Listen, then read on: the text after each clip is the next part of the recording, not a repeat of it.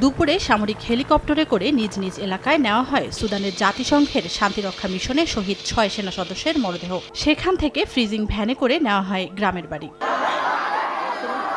এ সময় কান্নায় ভেঙে পড়েন স্বজনরা। প্রিয়জন হারিয়ে শোকে বিহ্বল স্বজনরা। শেষবার দেখতে অনেকে ছুটে আসেন দূর থেকে। বাদ আসর জানাজায় অংশ নেন সর্বস্তরের মানুষ। সরকারের কাছে তার বাবা মা, 2 মেয়ে এবং তার স্ত্রী যাতে সাহায্য সহযোগিতা পেতে পারে।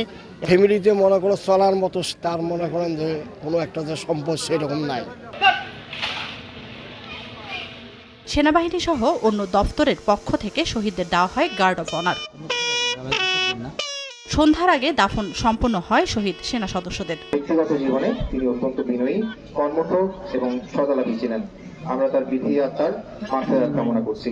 তার এই মৃত্যুতে আমরা গভীরভাবে শোকাহত।